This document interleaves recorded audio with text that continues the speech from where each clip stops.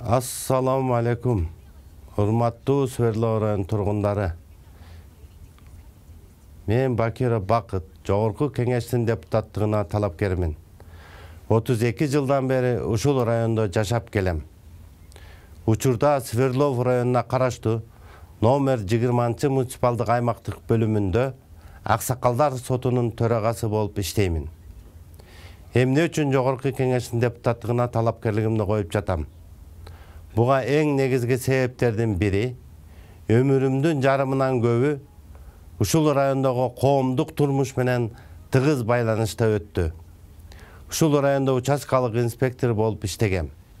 Андан соң 20 жылдан бери жеке ишкерлик менен алектенгенче коомдук иштерде да активдүү болуп келе жатам. Ошондуктан Сверлов районуна жана ушул районго караган жаңы конуштардагы бардык көйгөйлүү маселелерди жакшы билем. Биз Кыргызстандын Борбор шаары Бишкекте туруп, эң жөнөкөй жол, газ, канализация маселелери чечилбей келет. Эгер сиздердин колдооңуздар менен Жогорку Кеңешке сиздердин өкүлүңүздөр болуп барсам, жумушту эмнеден жана кантип баштоону жакшы билем. Менин платформамда булар камтылган.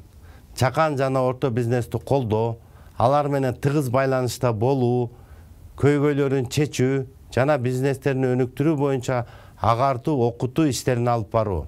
Анткени мен 20 жылдан бери жеке ишкерлик менен алектенгендиктен жергиликтүү ишкерлердин көйгөйлөрүн жакындан билем. Жаңы конуштагы турак жайларды мыйзамдаштыруу жана социалдык көмөк көрсөтүү. Мен 4 жылдан бери ушул аймакта Аксакалдар сотунун төрагасы болуп иштеп жүрүп, жер документтери боюнча өтө көп көйгөйлүү маселелер бар экенин жакшы билем. Райондогу көйгөйлөрдү чечиш үчүн бюджеттик каржылоону көбөйтүү, алардын ичинде суу менен камсыз кылуу, жарыктандыруу жана канализацияларды куруу, газ менен камсыз кылуу жана жол салуу маселелерин чечүү. Учурдагы дагы бир көйгөйлүү маселе бала бакчалар жана мектеп калыбына келтирүү жана куруу. Анын чыгымдары мамлекеттин камсыздыгына өткөрүү керек. Сверлов районунун калкынын саны болжол менен 200 миңден ашуун болгондуктан район боюнча болгону 24 мектеп жана 17 мамлекеттик бала бакчалар бар. Ал албетте аздык кылат. Ошондуктан милдеттүү түрдө мектеп жана бала бакчаларды куруу маселесин көтөрүү. Спорттук аянтчаларды жана залдарды куруу, жаштарга сергекче шоо-баразын жайылтуу, өнүктүрүү жана аларга колдоо көрсөтүү. Сверлов району боюнча мамлекеттик деңгээлдеги бир эле спорт мектеп бар. Бул район үчүн аздык кылат.